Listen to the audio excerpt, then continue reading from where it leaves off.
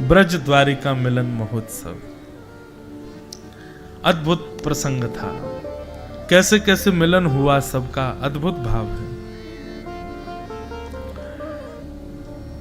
वहां पर रुक्मणी जी का जब किशोरी जी से मिलन होता ना, वो विषय तो रुक्मणी जी की स्थिति ऐसी थी कि जब रुक्मणी जी को यह बात पता चली कि श्री राधा रानी कुरुक्षेत्र आई हैं, तो रुक्मणी जी को पहले तो अपने अंदर मान हुआ कि देख के तो आए ये राधा रानी है कैसी, और अपने संग सप्त पत्नियों को, भगवान की 8 पत्नियां गई हैं, राधा रानी को दर्शन करने नहीं गई हैं, प्रणाम करने नहीं गई हैं, परखने गई हैं कि हैं कैसी।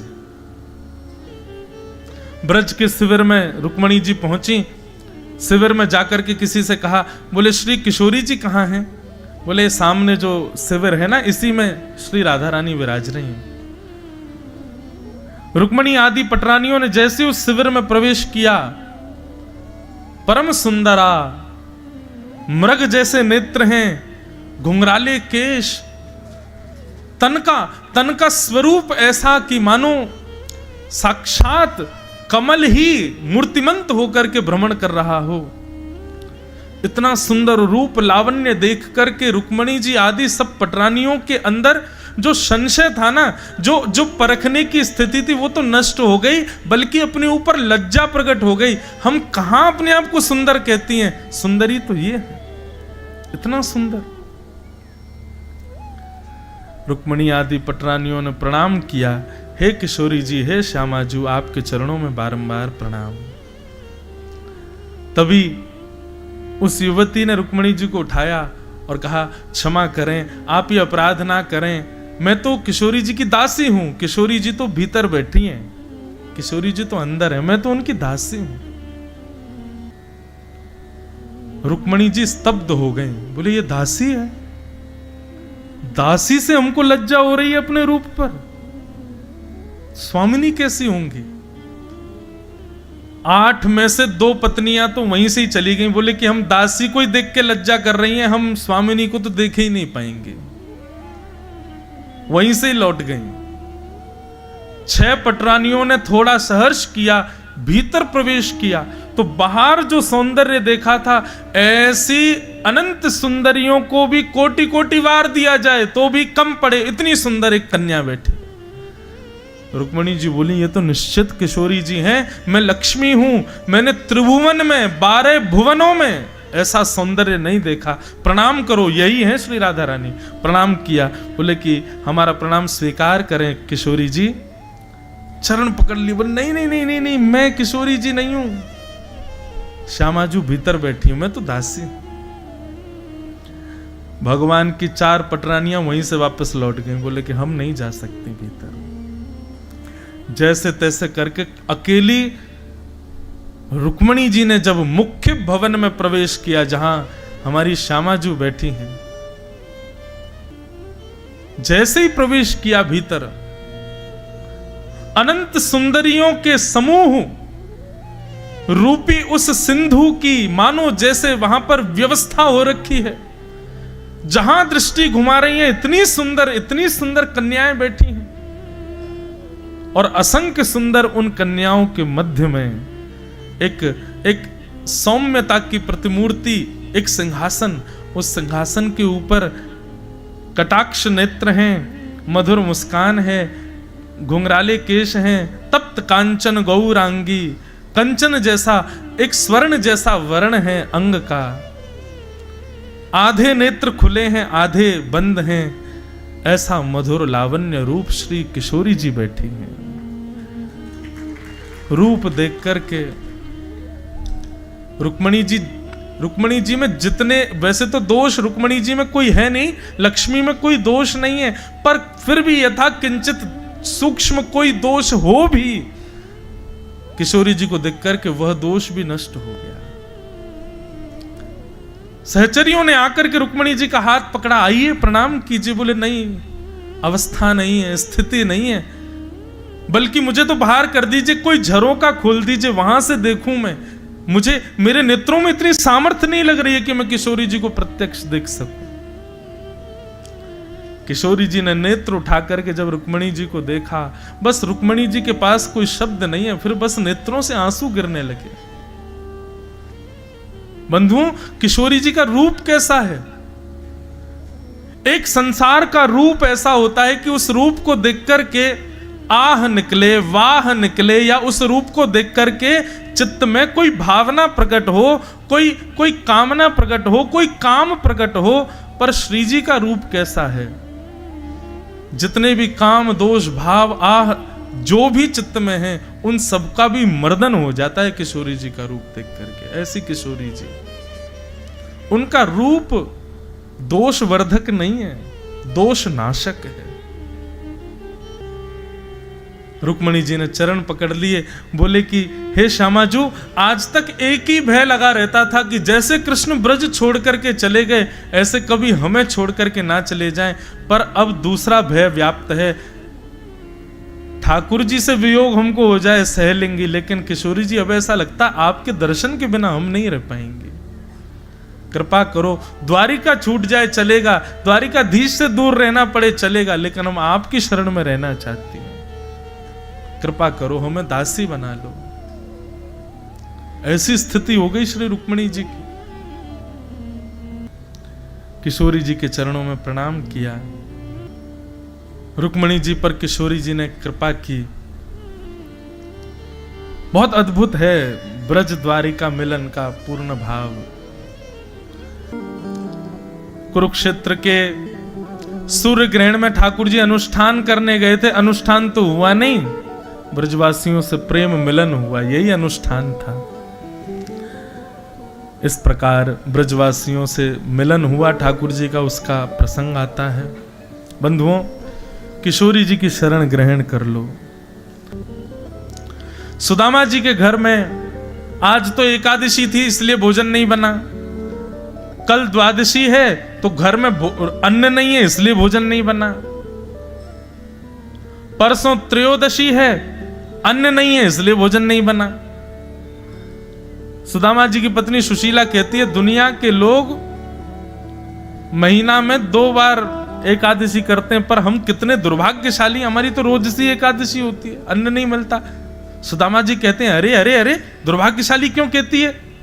अरे मैंने सुना है जो व्यक्ति एकादशी का व्रत करता है, ऐसा कहते हैं व्रत करने वाले व्यक्ति को ठाकुर जी याद करते हैं। तू और मैं कितने भाग्यशाली, संसार के लोग तो महीने में 2 ही बार भगवान के याद के पात्र बनते हैं, पर मैं और तू तो रोज ही पात्र बनते होंगे।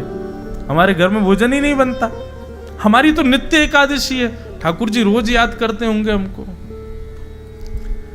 वैष्णव का स्वभाव है बंधुओं, भक्त का ही स्वभाव होता है, वो अपनी जीवन में आने वाली दुर्परिस्थिति को भी भगवत प्रसाद मानता है, उसके लिए कभी कोसता नहीं किसी को। अगर कुछ अव्यवस्थित है उसके जीवन में तो उस अव्यवस्था को भी भगवत कृपा मानता है। यह कहना सुनना जितना आसान है ना बंधुओं, इसको जीवन में उतारना उतना ही कठिन है। पर यदि उतार लिया जाए तो सख्य भक्ति आपकी निपुण हो जाएगी। कैसी भी सिचुएशन आ जाए लाइफ में, उसको भगवत प्रसाद मानो, ठाकुर जी की कृपा मानो, उस पर विचलित मत होइए, उस पर व्यथित व्याकुल मत होइए। सुदामा जी महाराज हर दिन कृपा मानते हैं ठाकुर जी की, पर एक दिन उनकी पत्नी को क्रोध आया और क्रोध में भर करके सुदामा जी से कहने लगी, बोले आपको मेरी सौगंध है, द्वारिकाधीश के पास सब जाते हैं, आप नहीं जाते, जाइए द्वारिकाधीश के पास।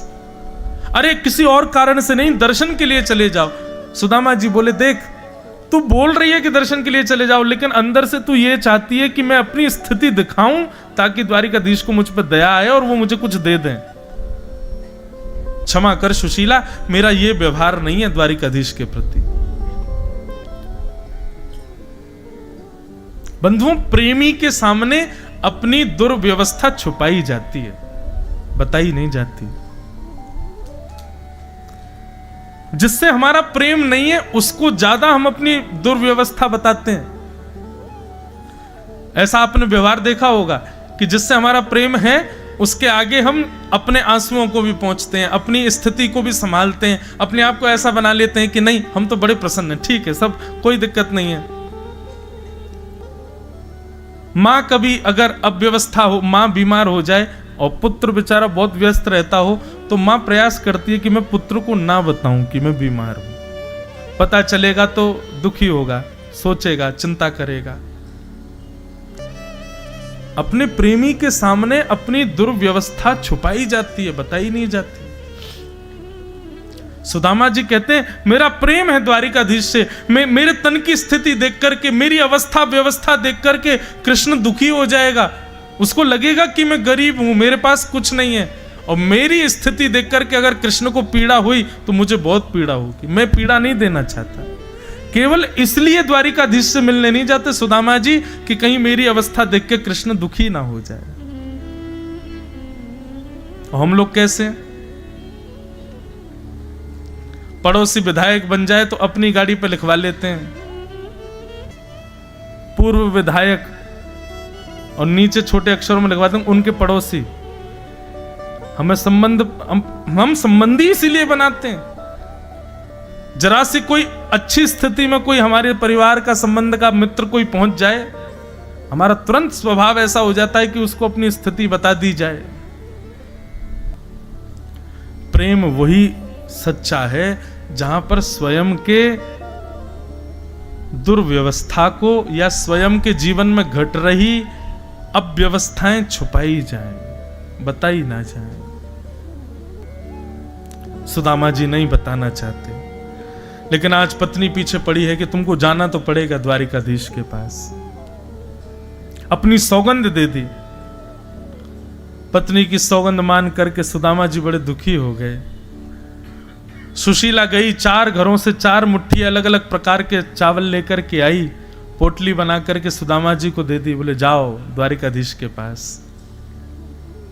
सुदामा जी महाराज निकल पड़े द्वारिकाधीश से मिलने के लिए, पर रास्ते भर विचार करते हुए जा रहे हैं, मेरी अवस्था देख करके कन्हैया दुखी ना हो जाए, मेरी से ये स्थिति देख करके कन्हैया को किसी प्रकार की पीड़ा ना हो जाए। रास्ते भर चिंतन करते जा रहे हैं द्वारिकाधीश का। तभी एक नदी के किनारे पहुंचे, वहां सत्संग चल रहा था। 7 दिन तक सत्संग सुनते रहे। चलते चलते कहीं भटक गए, दूर कहीं गलत पहुंच गए। किसी ने बताया, बोले द्वारिका का मार्ग तो बहुत पीछे रह गया, सुदामा जी गलत आ गए हो। पतले दुबले से सुदामा जी महाराज सोचने लगे, भैया हमें तो ऐसा लगे कहीं ऐसा ना हो द्वारिकाधीश से मिलवे तो पहले ही प्राण निकल जाएं, प्राण कम से कम इतने तो बच जाएं कि द्वारिकाधीश से मिल लें। तभी एक नदी के किनारे हाथ की तकिया लगा करके सुदामा जी तो सो गए। लाला वैसे तो तू मेरे चित्त में बसे, लेकिन तो उसे मिलवे निकल हूं, इतनी नगरी तेरी दूर है, मेरी स्थिति तो आवे की नहीं है। लाला तू कृपा कर दियो, यदि तू को मिलना हो तो तू ही कोई व्यवस्था कर दे मुंह बुलावे की। वहीं नदी के किनारे बैठे बैठे सो गए सुदामा जी। तभी कहते हैं, यदि कोई गुरु रूपी नौका में बैठ जाए या भक्ति के पथ रूपी इस पथ का आश्रय ले ले, एक सेतु बना हुआ है इन विषयों के ऊपर भक्ति के पथ का, गुरु आश्रय और भक्ति पथ सेतु का यदि मार्ग चुने तो इन विषय रूपी नदियों को पार करके ठाकुर जी की गोकुल नगरी पहुंचा जा सकता है। यहां सुदामा जी ने वही किया। कथा श्रवण के पश्चात ठाकुर जी के ऊपर समर्पण रूपी भक्ति के पथ के सेतु का आश्रय लिया, वहीं सो गए। बोले लाला अब हम तो मिलो आनो चाह में, लेकिन लाला मेरी भक्ति में न को सामर्थ हो तो तू कृपा कर दियो कि मैं कैसे पहुंच जाऊं द्वारिका। सुदामा जी सोए नदी के किनारे थे, पर जैसे थोड़ी देर बाद नेत्र खुले तो सोने की नगरी में बीच में पहुंच गए। जय श्री कृष्ण नाम की ध्वनि सुनाई देने लगी। सुदामा जी पूछने लगे, भैया ये कौन सी नगरी है? सब बोले, भैया ये द्वारिका नगरी है, श्री कृष्ण की भूमि। द्वारिकाधीश का नाम सुनते ही सुदामा जी प्रसन्न हो गए। कहां है ठाकुर जी, कहां दर्शन होंगे द्वारिकाधीश के? बोले सामने जो भवन है ना, ये इसी में ही द्वारिकाधीश विराजते हैं। सुदामा जी पहुंच गए, द्वारपालों से जाकर के कहा, भैया राम राम, हमारो नाम सुदामा है और हम ठाकुर जी के बचपन के सखा हैं। अच्छा, एक कल हमसे कोई पूछ रहा था, महाराज जी क्या ये सुदामा जी ब्रज से ठाकुर जी के सखा हैं? नहीं, सुदामा जी ब्रज में नहीं थे। सुदामा जी ठाकुर जी को ब्रज में तो श्रीदामा थे। ये सुदामा जी तो ठाकुर जी को गुरुकुल में मिले, संदीपनी उपाध्याय के यहाँ, वहां ठाकुर जी का सख्य बना इनके साथ। सुदामा जी महाराज जाकर के द्वारपालों से कह रहे हैं, भैया हम ठाकुर जी के बचपन के सखा हैं, एक साथ एक ही विद्यालय में पढ़े हम दोनों। मेरी तन की स्थिति देख करके, मेरी अवस्था देख करके तुम यो मत सोचियो मैं कछु मांगवे आया हूं भैया, कछु ना चाहिए, बस एक ही चीज की अभिलाषा है, दर्शन करने श्याम सुंदर के। हमारो परिचय, हमारो नाम सुदामा है, बचपन के सखा हैं, ब्राह्मण कुल के हैं, पास में पोरबंदर नामक स्थान है, वहां से आए हैं। आप जाकर के द्वारिकाधीश से पूछ लो, यदि अवकाश हो तो हम मिल लेंगे, नहीं तो हमको कोई खिड़की से उनको दर्शन करा दो, हम चले जाएंगे। बंधुओं, प्रेम लक्षणा भक्ति में बहुत इच्छाएं नहीं होती। कई लोग होते हैं वे अपने भाव कई बार थोपते हैं दूसरों के ऊपर और उसको प्रेम का नाम देते हैं। नहीं, ये तो करना ही पड़ेगा, नहीं ये तो होगा, हमारा प्रेम नहीं दिख रहा आपको, ये हमारा भाव है आपके प्रति। नहीं, स्वतंत्र होता है प्रेम का स्वभाव। आप अपना भाव प्रस्तुत करो, अब उसकी स्वतंत्रता वो स्वीकार करे कि नहीं, थोपा नहीं जाता किसी के ऊपर। सुदामा जी महाराज ने अपना परिचय दे दिया और कहा कि यदि द्वारिकाधीश पर अवकाश हो तो मिले, और अवकाश नहीं हो तो बिल्कुल आप उनको कहना नहीं, मुझे कहीं से उनका दर्शन करा देना। द्वारपालों ने भीतर जाकर के द्वारिकाधीश को बताया, बोले द्वार पर एक दीनहीन सा ब्राह्मण आया भगवान, अपने आप को आपका बचपन का मित्र बता रहा है, आदि आदि सब बातें बताई, तन की स्थिति बताई। बोले धोती फटी हुई है और जो ऊपर बगलबंदी पहनी है वो भी ऐसा लगता है कि एक ही है, वर्षों से उसी को पहन रहे हैं धो धो के, लेकिन मुखमंडल के तेज को देख करके लगता है कि निश्चित ही त्रिकालज्ञ ब्राह्मण हैं। आपके बचपन के सखा हैं, नाम उन्होंने अपना सुदामा बताया है। सुदामा नाम सुनते ही ठाकुर जी प्रसाद पा रहे थे, भोजन कर रहे थे, वहीं रुक गए, वहीं कवल छोड़ दिया, स्तब्ध हो गए ठाकुर जी। बोले सुदामा जी आए हैं? बोले हाँ। मेरे बचपन के सखा सुदामा जी? बोले जी भगवान। और तुम लोग उनको बाहर ही छोड़ करके आ गए, भीतर नहीं लाए? बोले ठाकुर जी आप प्रसाद पा रहे थे, इसलिए हमको लगा कि व्यवस्था में लाना उचित होगा कि नहीं। इतना तो ठाकुर जी ने सुना ही नहीं। जो ठाकुर जी स्वयं मर्यादाएं बनाते हैं और मर्यादाओं का पालन करते हैं, स्वयं ठाकुर जी बीच भोजन में छोड़ करके आसन से उतरे नहीं, कूदे। मेरे सुदामा जी आए, पीछे पीछे सेनापति महामंत्री सब दौड़ रहे हैं, भगवान की पटरानियां दौड़ रही हैं, लेकिन ठाकुर जी नहीं रुके। द्वार पर दीनहीन से दुर्बल से सुदामा जी खड़े थे, ठाकुर जी ने जाकर के अपने अंक में उनको भर लिया, हृदय से लगा लिया। खूब नेत्रों से अश्रुधार बहे, बार बार सुदामा जी को देखें फिर हृदय से लगामें, फिर देखें फिर हृदय से लगामें। खूब आनंद में भर गए ठाकुर जी, गले में गलवैयां डाल करके नेत्रों से अविरल अश्रुधारा गिर रही है। सुदामा जी को लेकर के अपनी नगरी में आए ठाकुर जी। बंधुओं, द्वारिकाधीश को ये द्वारिकापुरी जो प्राप्त है, सोने की नगरी, ये सुदामा जी की देन है द्वारिकाधीश को। मैं कथाओं में इस लीला को जरूर सुनाया करता हूं।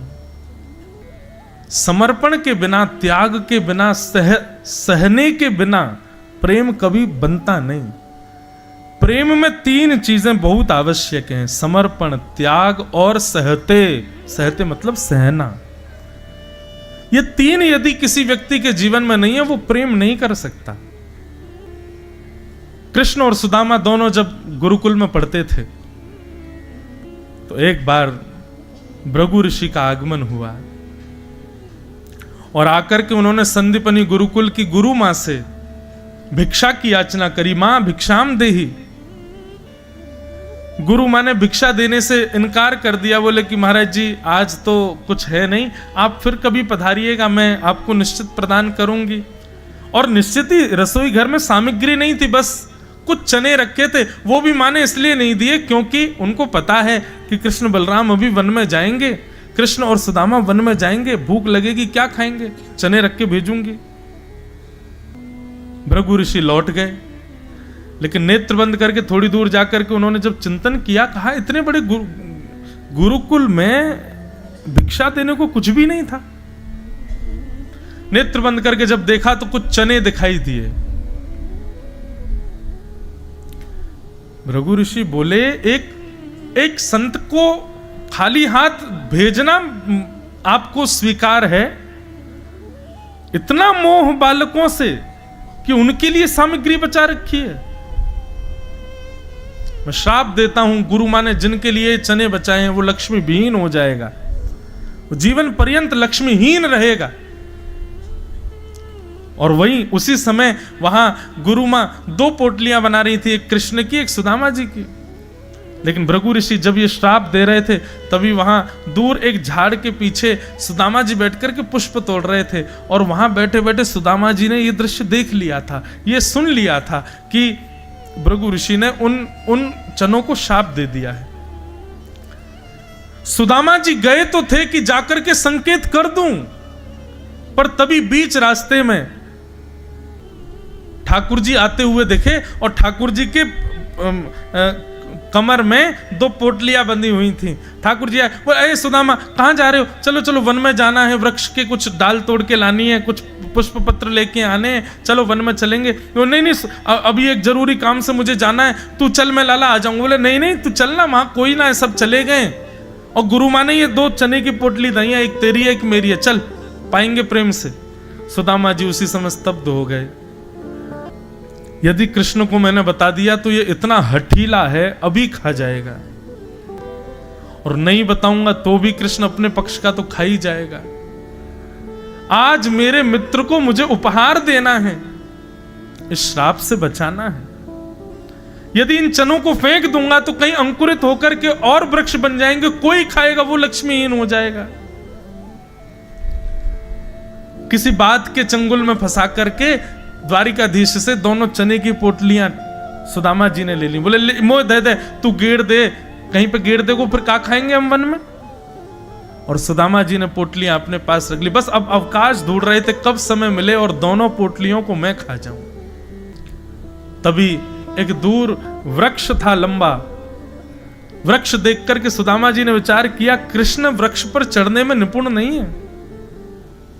दौड़ करके वृक्ष के ऊपर चढ़ गए, तभी मूसलाधार बारिश होने लगी। ठाकुर जी वृक्ष पर चढ़ ही रहे थे।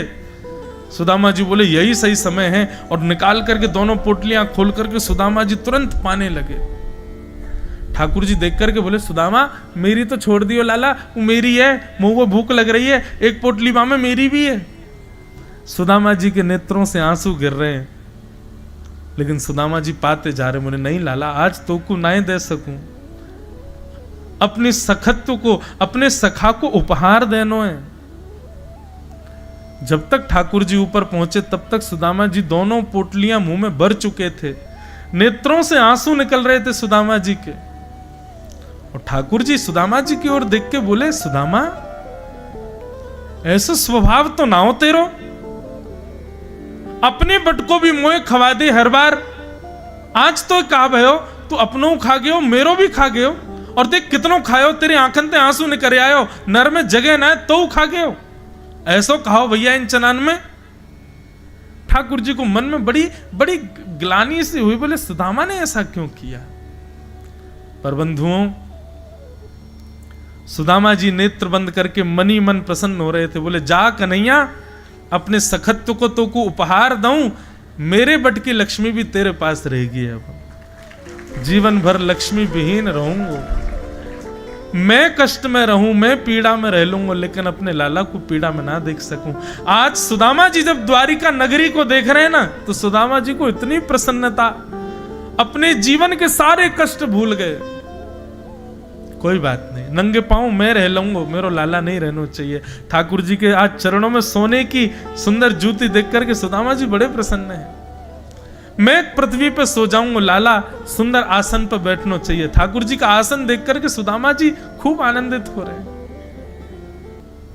ये द्वारिका नगरी सुदामा जी की भेंट है श्री कृष्ण को।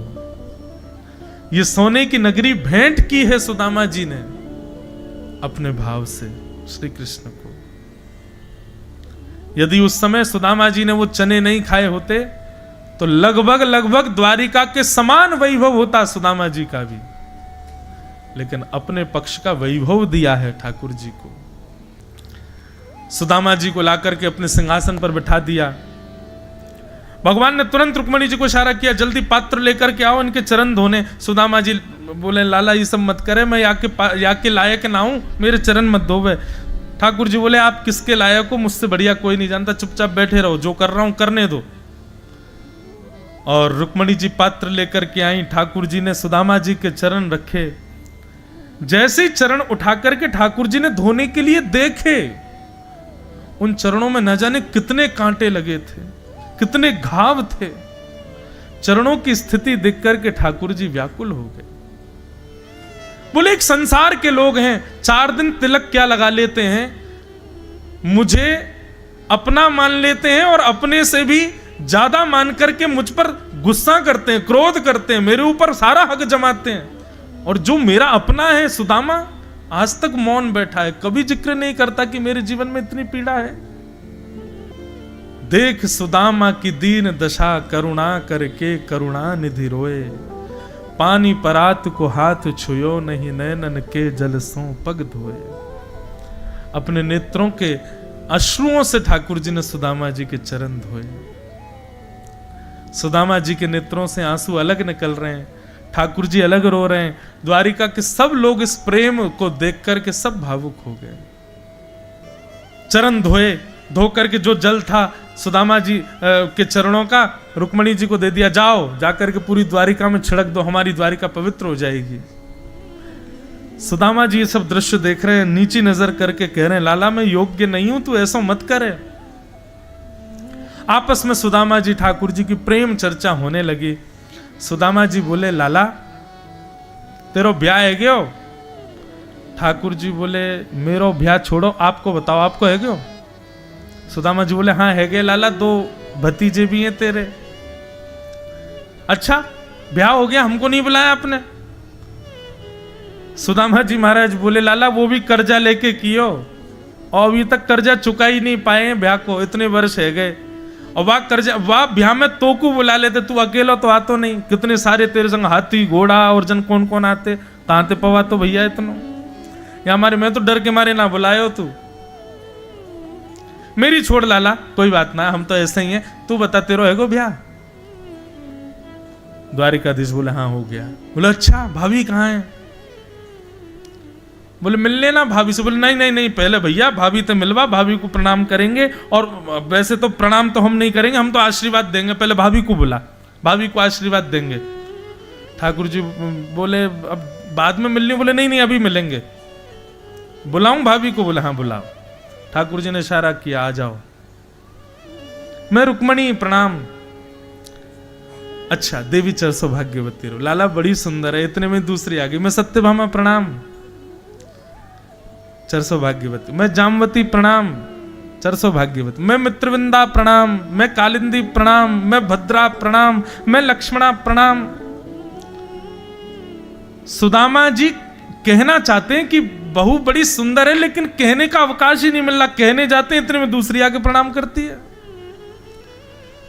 आशीर्वाद देते देते सुदामा जी ने 2 मसनद लगा ली हाथ के नीचे। बोले, भैया ये तो खत्म ही ना है रही हैं, कितनी है? 500 पत्नियां भगवान की प्रणाम कर गई। ठाकुर जी अंगूर खा रहे बगल में बैठे बैठे।